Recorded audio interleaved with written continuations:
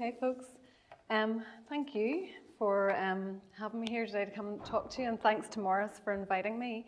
I'm really pleased to come and I have not had much time to meet with you all, but to come and sort of be part of this, and I was delighted to hear Robbie as well.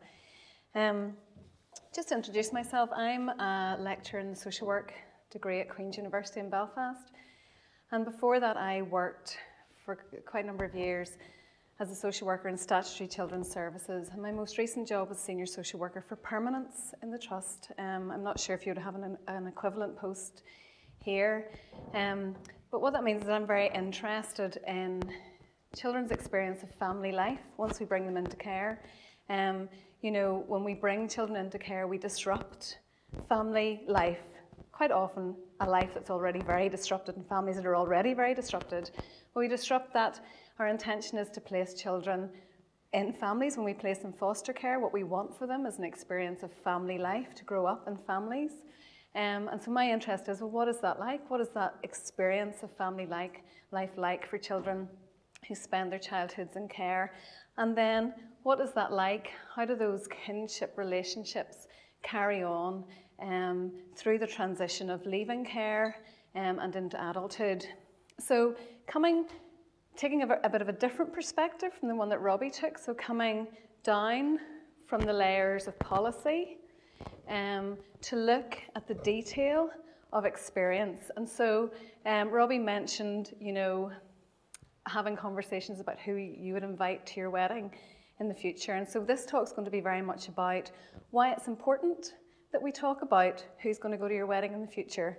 You know, why it's important that these narratives that children tell and that foster carers tell to one another, it's important who populates those narratives of the future, because it's part of how kinship is developed. So I'm going to focus primarily on foster care, for long-term foster care. And I know that many of you will work in residential care, but there are some of the concepts that I'll talk about that you'll be able to carry into thinking about young people's experience of relationships in that setting as well. Hang on, my clicker.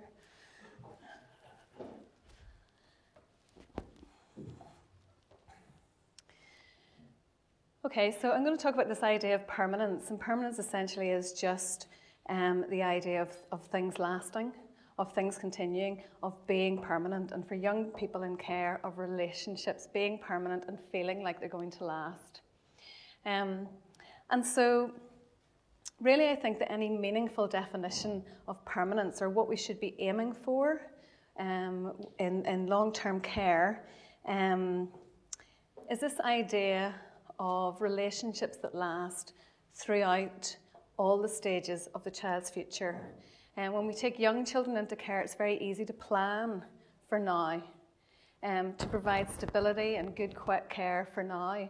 But this child grows up, and really I think what came out of Robbie's talk as well is that this idea of emerging adulthood, at what point does this young toddler in their life stop needing supportive, caring relationships? We know about a secure base in terms of attachment. We know the importance of a secure base for young children in terms of developing secure attachments, but we need a secure base in our lives throughout our lifespan and on into adulthood. And very much the messages coming through in the UK literature and in sort of policy changes in the UK recently have been about needing to think of permanence for children in care that goes beyond the age of 16 or 18 or 21 or even 24, and very much informed by that notion of emerging adulthood, that the progression to adulthood is a lengthy process, and we need to provide a secure base for young people throughout that process, and indeed on into their adult life. So just to give you a bit of, and I'm not going to really focus terribly much on the UK policy, okay, but because I know that that's not terribly relevant to you in your situation, but I just want to draw out some key themes from the UK policy on permanence. First thing to say is that the permanence policy applies to all children and all children in care, It is not, it has in previous years, the notion of permanence been equated with adoption, and that's not the case. So for any child in care, what we are aiming for is that they are very quickly placed in a home that will be their home for the duration of their childhood, okay? Whether that is with their birth parents, whether that is with their extended kinship networks, their family, whether that's in foster care, and in the UK, whether that's being adopted out of the care system. So it's about providing a sense of security, continuity, commitment and identity throughout childhood and beyond. It's about providing a secure, stable and loving family through the transitions out of care and on into adulthood. And it really reflects this idea that parents, as Robbie was saying in all his reflections on his own family, parenthood isn't just about rearing children through childhood. Parenting is about continuing to be available and supportive to children on into their adulthood. And so the two themes that I want to pull out for you from UK policy definitions of permanence are that it is about families, okay? It's about placing children in family networks and supporting those family networks to care for children through childhood and into adulthood, whether that family is their birth family, whether it's a foster family. And then the second key message is that it's, again, this idea that it's not just for childhood, it's about adulthood. And when we think of what we do and how we plan for the care of young children, we need to have the 16-year-old in mind, the 18-year-old in mind, the 21-year-old in mind, the 30-year-old in mind when we make plans for young children. But to look at that the other direction, what it means is when we think about care leavers at 16, 18, 21, there's probably, rather than thinking at that point, who are family to this young person, who can be the supportive relationships to this young person at this age, what we need to be thinking of is how we bolster and scaffold family relationships from a much earlier age. So if we're thinking about the 18-year-old or 21-year-old, we need to start thinking about that stage of their life much earlier on. Okay, so I'm not sure how much you talk about the concept of permanence in your work. Is this a concept that's talked about?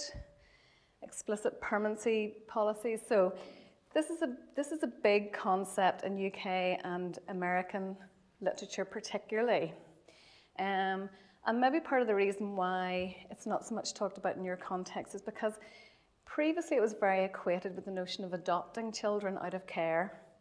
And I know that this is a topic for Ireland. I was recently part of a couple of seminars that were at NUI Galway and UCC Cork, looking at whether adoption from care could ever be a viable care option for children here in Ireland. The UK and the US for a long time have adopted children out of the care system, okay? That looks very much like your long-term foster care. In day-to-day life, that looks very much like your long-term foster care, except legally, parental responsibility transfers to the adoptive parents. Those children continue to have contact with their birth families, and really in day-to-day life, it looks very much like long-term foster care. But I think that this concept of permanence is really key to thinking about how we plan for young people's transition to adulthood and life after care. So one dimension of permanence is this idea of legal security and placement stability, that the placement will be stable, that objectively this placement will be permanent because the young person will not have to move for the duration of their childhood. One way of achieving that in the UK and the US is to provide legal security, which is through adoption. Now, this idea of legal security has been really critiqued a bit in the UK and the US. Still there's a drive to adopt out of care, but that comes under a lot of criticism for all the reasons why you're debating it here in Ireland at the minute and thinking about it very carefully. So really the messages from the recent care inquiry were that we really need to think beyond legal permanence, and we need to have a way for children who are in the care system to experience continuity of key relationships throughout their childhood and into adult life, okay? That cannot be the preserve of children who are adopted, somehow we need to find that experience of enduring family life for young people who grow up within the care system. So I'm going to leave out that idea of legal security and legal permanence. Okay, I'm not going to talk any more about that. Because there are these other dimensions of permanence that are equally important. And there's the idea of subjective permanence, which is about feeling secure, feeling like this situation is going to last, like these relationships are going to last, a sense of feeling like you belong. So for the young person, feeling like they belong in the placement they're in, okay, or the family that they're placed with. Enacted permanence then, which is about family membership, feeling like they're a part of the family that they live with. And enacted basically means acting out, okay? So acting out the permanence of the arrangement, acting as if and behaving as if these relationships are going to last. And that's really what I'm going to talk about is, well, what does that look like? What does it look like when foster families and birth families and children in these arrangements act as if the relationships are going to last on into adulthood in a supportive way for the young person? And then uncontested permanence, which is really about the young person's identity and their notion of belonging to two families, their birth family and their foster family. Harriet Ward has done a review of the research across countries and has highlighted that this sense of belongingness and connectedness is very important in facilitating young people's moves towards independence when they're leaving care. As Robbie was saying, that sense of having networks of people who care about you and who will be there as a secure base for you.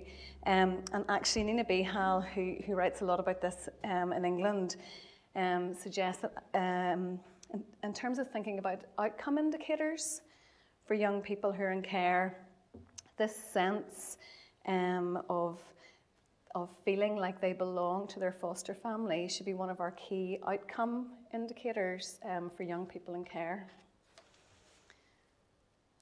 Okay, so I'm going to just summarise in a very succinct way, summarised way, a couple of research studies, one done in the UK and one in Norway, that looks at young people's sense of feeling like they belong, their sense of subjective permanence to their foster families. So Nina Behal looked at young people who were fostered in long-term fostering arrangements in the UK and identified 3 patterns of perceived belonging.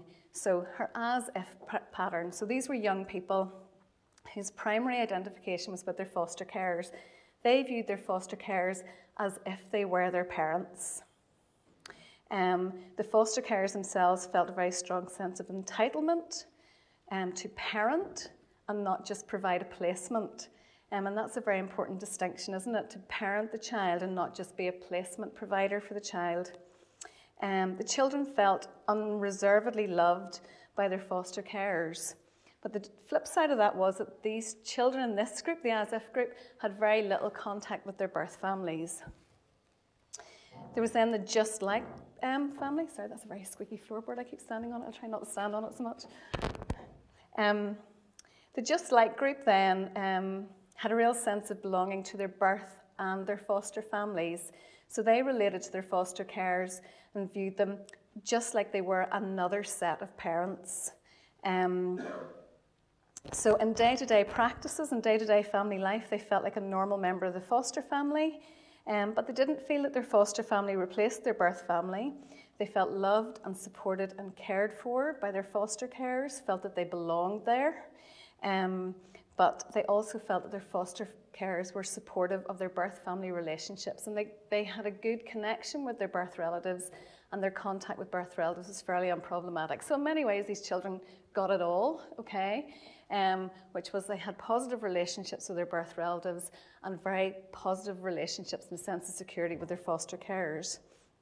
And then was another group whose sense of belonging was qualified in that they had quite ambivalent feelings about their how far they belonged in their foster family, but they also quite ambivalent feelings about their birth family. And this group were really characterised by a sense of a loyalty conflict, particularly towards their birth mothers.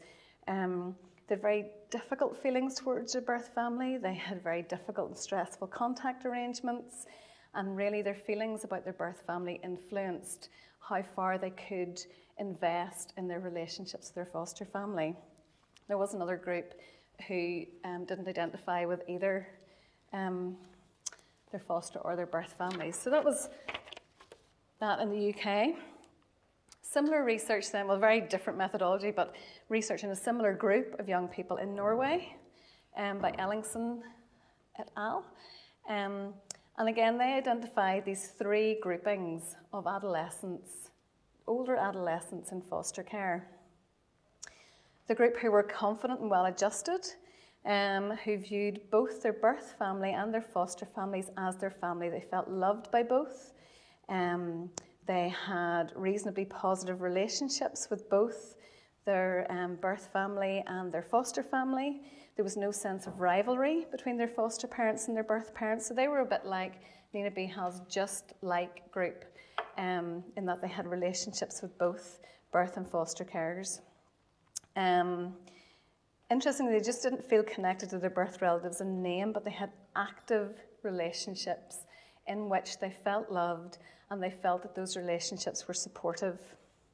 They also felt and were fairly confident that their foster carers would care for them beyond the age of 18. And when they talked ahead to their future, it didn't say in the research about them talking about their weddings. I don't know if they asked them about their weddings, but the young people said things like, so they talked about their foster mother becoming a granny to their baby when they have a baby, okay? So the foster carers populated these young people's narratives about their own futures, and they could anticipate this going forward and these relationships lasting into the future. The next group then had strong bonds with their birth family, but quite weak sense of belonging to their foster family. They viewed their birth relatives as their only family, their real family, and their foster home was the place where they lived, rather than their family. They were like Nina Behal's qualified group in that they had quite, that sounds very positive that they viewed their birth family as their real family, except they had quite difficult feelings and relationships with their birth relatives. Their contact was quite problematic. They had real sense of loyalty conflicts, particularly in relation to their birth mother, and that all really inhibited how far they could invest in their relationships with their foster family. They were very ambivalent about whether they could approach their foster carers for help and support. They didn't anticipate looking to foster carers for support beyond the duration of living in their home. The relationship didn't extend beyond that. And then there was a third group whose bonds were weak with their birth family, but strong with their foster family. So they had a very strong feeling of membership in their foster family. They were absolutely confident in the permanence of those arrangements beyond the age that they would technically age out of care. These were relationships that were going to last throughout their adulthood. But really, they had very minimal relationship with their birth family. Their birth family contact was stressful, and really they had no real identification with their birth family. So they were the, like Nina Behal's as-if group.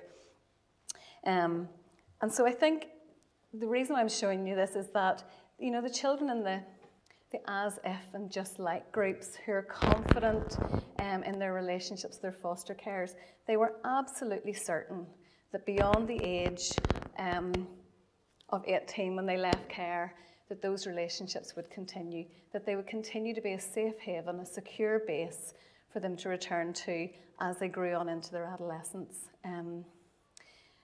And I think the question that I want to look at, Robbie has highlighted that as well, that some children have that from their foster families, but not all.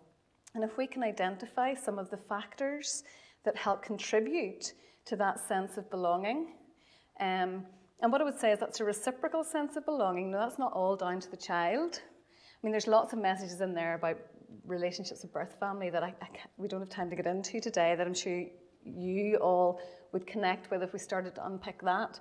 But what are some of the things that contribute to children and foster carers relating to one another as kin in a way that is going to continue for them. I think some of the good messages from that research are that young people, when they think about who are my family, who are the people who are important to me, they can take a very inclusive view of that.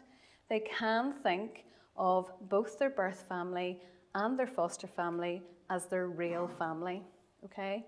So the messages that come out about young people's understandings of what family is and what family means, which indicate that children don't, and young people don't just think about family in terms of biological connections or even legal connections. We are very culturally conditioned to think of relationships in terms of biology, or to think of family in terms of biology.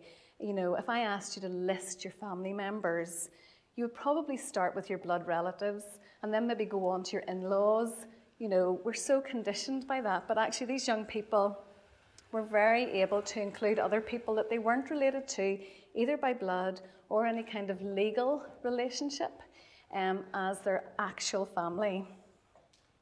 And the primary criteria that the young people used to determine who was their family and who wasn't was this idea of being available, of providing care, of providing love and providing commitment to them.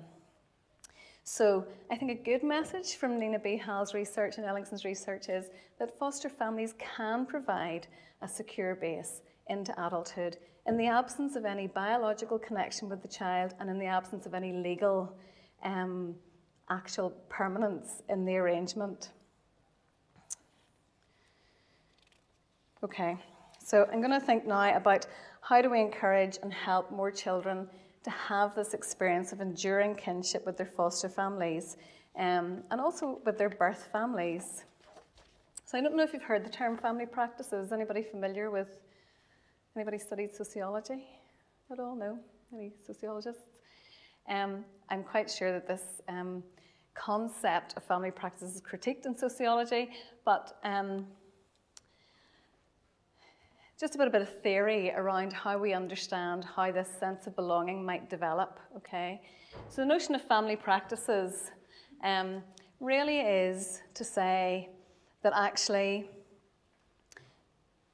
just because you're connected by blood or a legal tie, that does not make a family relationship. Our family relationships aren't just a given. We have to make them. We have to keep on making them. We have to work at them. We have to build them and develop them, okay? We don't just have them. So the idea of family practices is that family relationships are made and maintained through the everyday activities of family life. There are some things that we do that are about being families. There are things that you do that are about being an employee. There are things you do that are about being a friend. There are things that you do that are about being a youth club leader, okay? But there are things that you do that are very much about being family. And the idea of family practices comes a bit away from the structural issues to look at the day-to-day realities of how people construct their family relationships. And it basically says, well, what is kinship about? Kinship is less about your genetic makeup. It's less about who you're biologically connected to or who gave birth to you, and more about this kind of stuff: putting the dinner on the table, eating dinner together, going in the car to do the shopping, doing the school run, all the multitude of things that you do together because you are a family. And it's about the meanings that we attribute to all those activities that we engage in. And so it's sort of the idea of family practices is to say, you don't have a family. We don't just have families. They don't just exist kind of in a vacuum and we just have them, we're given them. We do them. So family is a verb, this idea of familying or doing family things together that construct our relationships. One very important aspect of family practice, which I think is really important in foster care, and it's a set of practices that we engage in, and we all do it, which is about family display. And family display is an idea coined by Finch, Janet Finch, which is about family members showing to one another and to the rest of the world and to people who matter to them that they are engaging in family relationships and not some other sort of relationship, okay? It's about showing who belongs to our family, and we put this on display, who belongs in our family. And it's also about showing these are the people that I've chosen to be my family members. These are the people that I do family with, and the way that we do family is perfectly valid, and it works very effectively as a family. Okay, so some of the ways that we might do that. So for example, here, photographs on your front hall. You know, the photographs that are framed in your front hall. And if you had just a quick think about any photographs that you have on display in your house, who is in those photographs that are publicly on display in your house? I could imagine that we could maybe all come up here at lunchtime, get a group photograph done for publicity. I might take that photograph away and I might put it on my office wall because I've enjoyed this session. I'm very proud of this talk that I've done today. I could put that on my office wall and work. I might put it in my office at home. I might, if it was a little one on a bookmark or something, pin it on my fridge at home. I think you would think I was a bit odd if I framed it and put it on my mantelpiece, but that might say that actually my work is so much part of my life. But if I came and I took a photograph of you, I said, oh, you're looking lovely today, can I take your photograph? And I went home and I framed that and I put it on my family wall. You would probably think that I had crossed several social boundaries by doing that, and it was a bit odd, okay? Similarly, if I went into my mother's house and she had all these photographs on the wall of all my relatives and my sisters and my cousins, and I wasn't in any of them, okay, I would probably have to have a conversation about that, okay? Or that would say something to me, and it would say something to me that I wouldn't find very nice, okay? So photographs are one very obvious way that we do family display. There's lots of very social ways that we do it. I have a friend at the minute who is in the process of getting a divorce. There's a family wedding coming up. My two friends, so the ex-wife is invited to the wedding. The ex-husband is invited to the wedding. Ex-husband has a new partner that he very much, when his divorce comes through, he wants to marry, okay? He wants his family's affirmation that this new partnership is okay, that they will accept his new partner. So what he wants to do is to bring the new partner to the family wedding, because that's a very public place where he can put the new partnership on display and have his family say, in all sorts of very subtle ways, that's fine, yeah, that works, we get that, that's your new family. Now, as you can maybe imagine, reflect on your own situations, that is putting lots of cats among the pigeons, okay, and causing a lot of, because people aren't prepared at this stage to validate that as his family, because it's still unresolved what happened to his other family, okay? So part of putting our relationships on display isn't just about us going, this is who my family are, and this is us, and aren't we great, and we're putting this on display. It's about the messages that we get back. So it's about the messages that we get back from our wider family. It's the messages that we get back in public places. And there's a lot written about same-sex parenting, particularly same-sex couples who have adopted, and about what the efforts that they go to put their parenting on display, to get that validation back, that actually, do you know what, you are a family. You are parents, you're a family. And they get that public validation. And there's lots of really interesting stuff about what they do in playgrounds and, you know, things like that. So we get validation from our wider kin networks, we get validation from public places, but we validate one another, okay? So if I was to put your photograph on the wall and you came to me and you said, really not happy with you putting my photograph on the mantelpiece, could you take it down? Okay. Do you know what I mean? If I went to my mother and said, my photograph's not on your wall, your concept of family doesn't include me, could you put my picture up there? Okay? It's about validating one another's concept of family. And I guess this all, family practices and family display, are good news for families, I think, like long-term foster families, where there is no biological basis or legal basis to their relationships. And so they don't fit our cultural norm of family life. They don't fit with that. That's not our norm of how families are created. But this would say that all families, regardless of their biological connection to one another, all families have to engage in this. This is not literature that is specific to care or social work. This is general sociology literature, okay? All families have to engage in this process. And so non-biologically related families can build kinship this way. So what does family life look like then in long-term foster care? How do they actually engage in this to build their kinship? So there's something about just normal family routines, and that's what family practices would say. And I should have said at the start, some of these quotes are from research that I have done with permanent carers who have adopted children from care. So they were foster carers, they went on to adopt the children. So these have the legal permanence as well as enacted permanence. So this lady said, you know what? We've reared them and bathed them and educated them and nursed them through sickness and loved them. And you know what's funny? I actually do feel like I nearly gave birth to them. I know I didn't, but I feel like I did.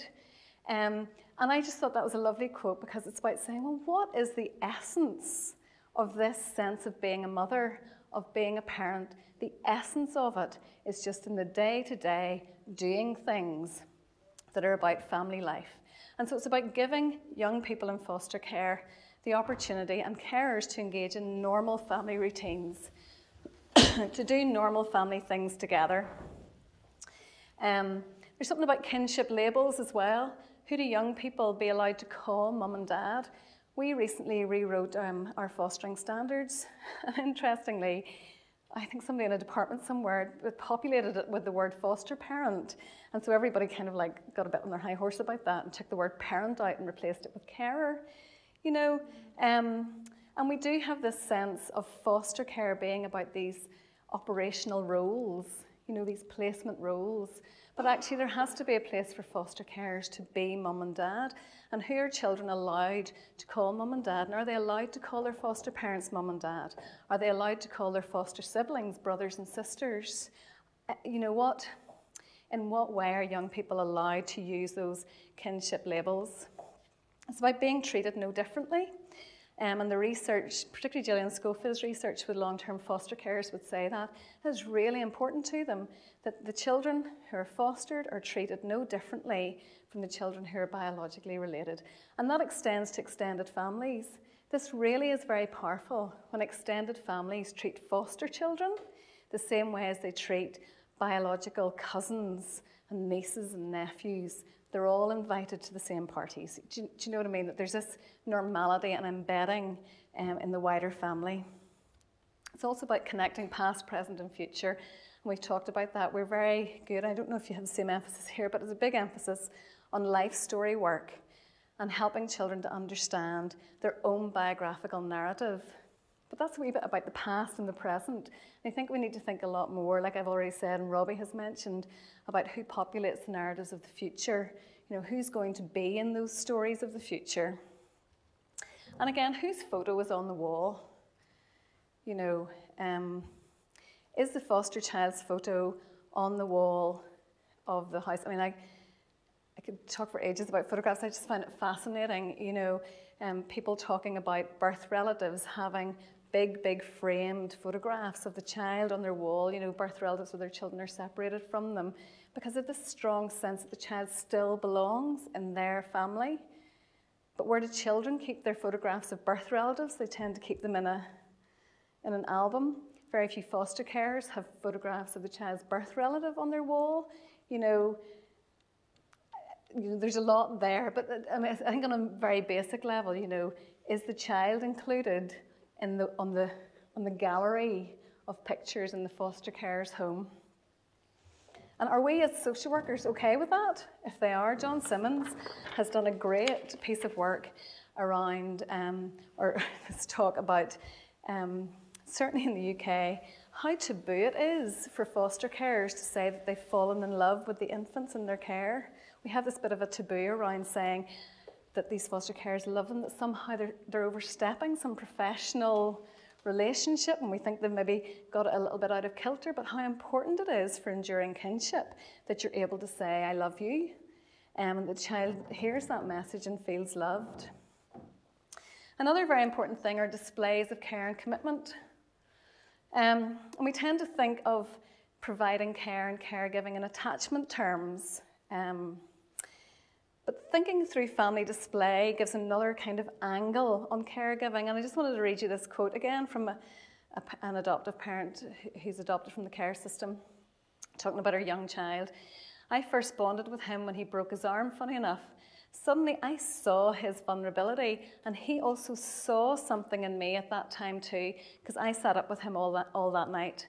I remember him going, you stayed with me all night, and I know that was important for him and for me.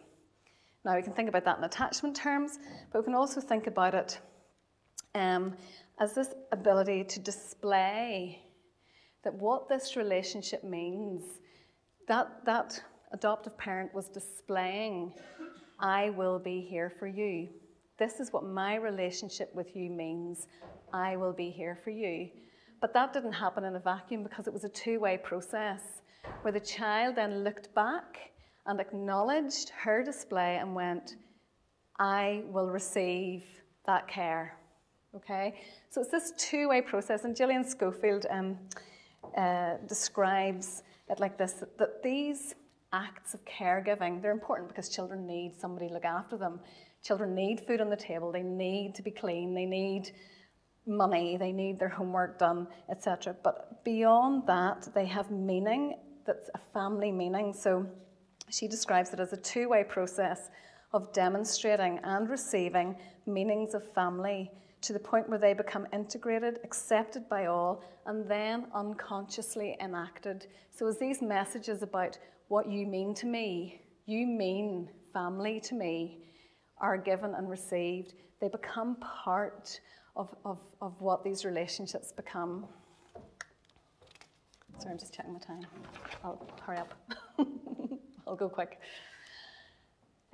Family rituals, okay, that's very important as well. And so I've put up here, like, who comes to your family Christmas dinner? I mean, if you really think about the rituals around family, around Christmas, you know, and the rules that we have about who gets cards, who gets presents, and who gets invited to dinner, they're very formulaic, aren't they, really? But rituals, so for example, family holidays and family outings, why they're important is because they say, this is just us, okay? And we've spent time and we've spent money investing and doing a nice thing that's just about us. And somehow that shows that we, as a family, are important to one another in a way that nobody outside of this is important. We are more important to one another than everybody else because we are spending time, money, and effort together to spend time together. So that's why that's important. Being included in special occasions, being included in family holidays, being invited to family weddings, our foster children invited to weddings and birthday parties in the extended family, for example. I want to talk very quickly then about birth family contact, because this all does spill over into birth family contact as well. And we need to scaffold relationships over time. And I really think that the idea of family practices and family display can help us bolster and nurture young people's relationships with their birth relatives. I think we need to explore their wider kin networks. So, for example, the idea of natural mentoring. I don't know if you've heard that term, which is about trying to identify people in children's wider kin networks who can be a mentor to them as they go through their adulthood. Another idea that has come from the States, family finding, which is a set of techniques that practitioners use to essentially go searching on the internet, usually, to try and find distant relatives of the child who could be brought in to become kin to them. But who to include in contact? You know, does it have to be birth parents? You know, in the Nina B. Helen Ellingson's research, the children who had very difficult feelings about their birth mothers, who had very difficult feelings of loyalty conflict about their birth mothers, I'm quite sure that there were other relatives in their birth family that they wouldn't have felt so strongly about. In fact, Beth Neal's research on contact following adoption would say that actually it's the people that children have actually very little emotional attachment to when they're young are the people who have the most unproblematic contact with when they're older, because it doesn't generate this maelstrom of feelings for them, okay? So we can look beyond birth parents, and I would really encourage people to do that and go, well, who else is in that family?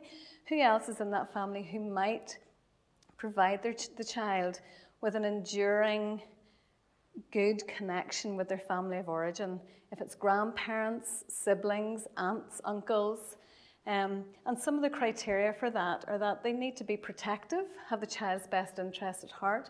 They need to be accepting. So they need, when the foster family put the relationship with their child on display, that they can kind of go, yeah, okay, I get that.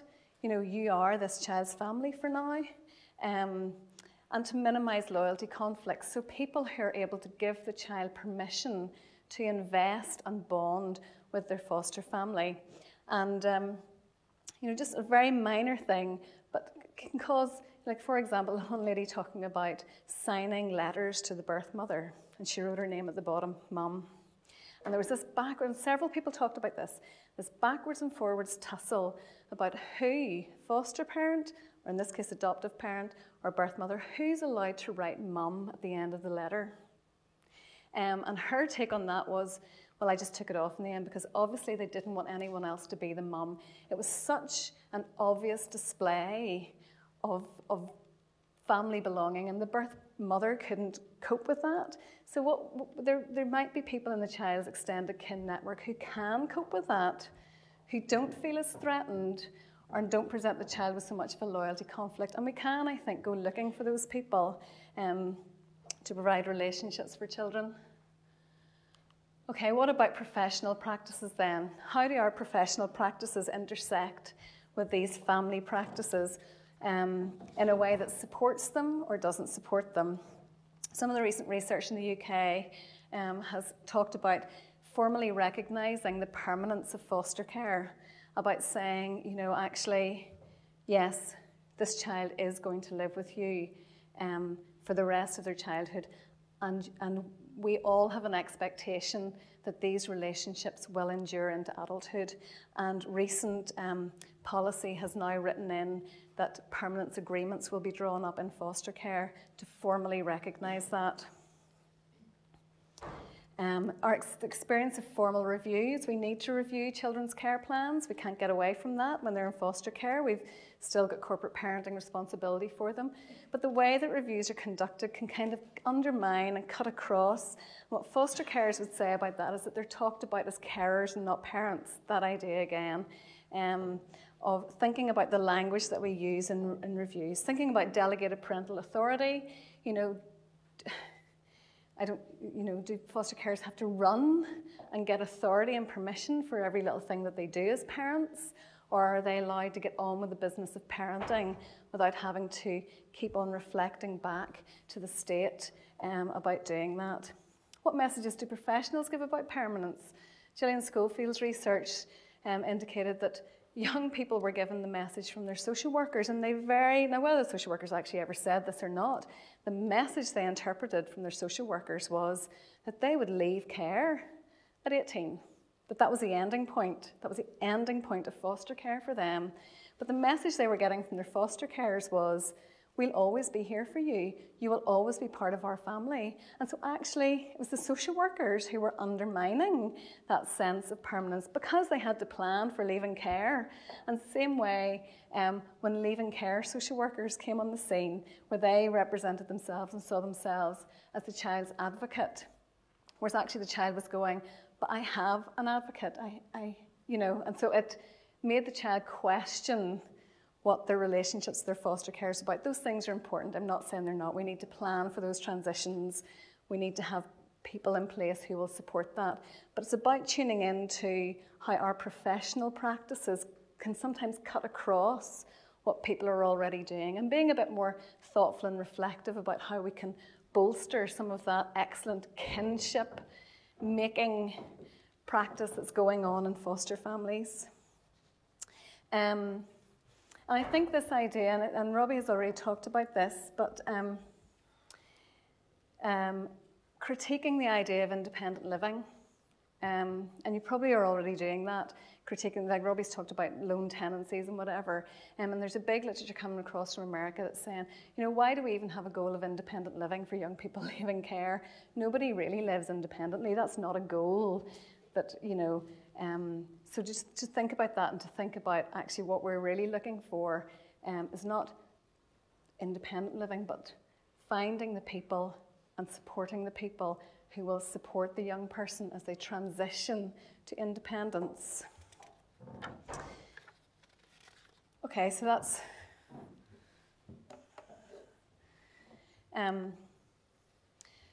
so just really, I suppose, to sum up all of that, I think what I was trying to say there is that really we need to think early and plan ahead for relationships that will last beyond the transition. Rather than thinking about at the transition, think about what can we do as the child grows up in care that will nurture and help develop this supportive network of adults who will care for them and love them and go to their wedding and help babysit their babies and all the rest of it. How do we support the child's sense of belonging in their foster family? How do we support their sense of dual connection to foster and birth family? And the idea of family practices and family display. And how do we allow and give permission for children in foster families to become kin to one another in that way? And I think those two concepts help us to think that through. If you're looking for all the references for those, they're on the end of those slides there. So, sorry, I think I've run on a couple of minutes there, so I'm not sure that we have any time for questions, but even maybe take one or any comments?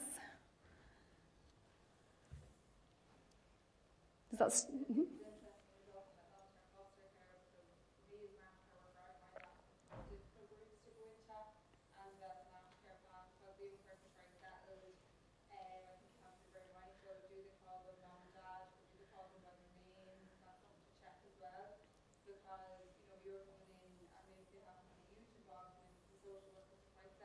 Yeah.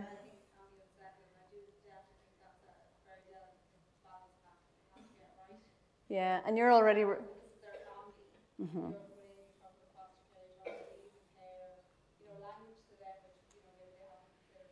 Yeah, and I mean, you're already reflecting on the impact that that can have on their concept of what those family relationships mean to them. And I suppose what we want to come in and to do is what you're talking about and be sensitive to the way that this family operate as a family. Yeah. And another issue with that is when aftercare come in, you talk to these young people who have been settled with this family for 18 years, and you start talking about entitlements and financial packages and allowances, and then sometimes it's the first time this young person has learned that their foster family have been getting paid for them. Payment.